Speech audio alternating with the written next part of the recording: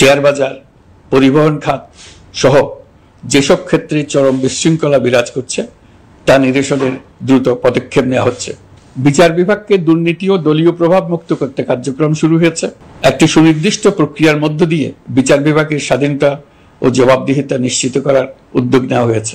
ফ্যাসিবাদী সরকারের বিচার বহির্ভূত হত্যাকাণ্ড, গুম, খুন, অপহরণ এবং আয়নাঘরের মতো চরম ঘৃণ্য সকল অপকর্মের ন্যায় বিচার নিশ্চিত করা হবে। এসব অপকর্মের সঙ্গে জড়িত সকলের বিচার নিশ্চিত করা হবে। তালিকা প্রস্তুত করে মিথ্যা মামলা প্রত্যাহার করা হবে।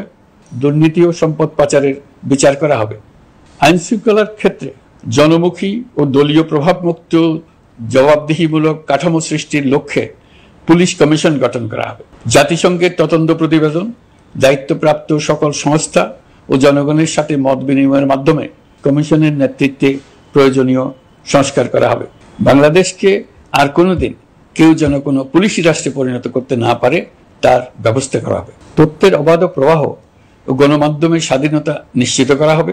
ফ্যাসিবাদী সরকার গণমাধ্যমের উপরও দলীয়করণ ও নির্যাতনের বোঝা চাপিয়েছিল।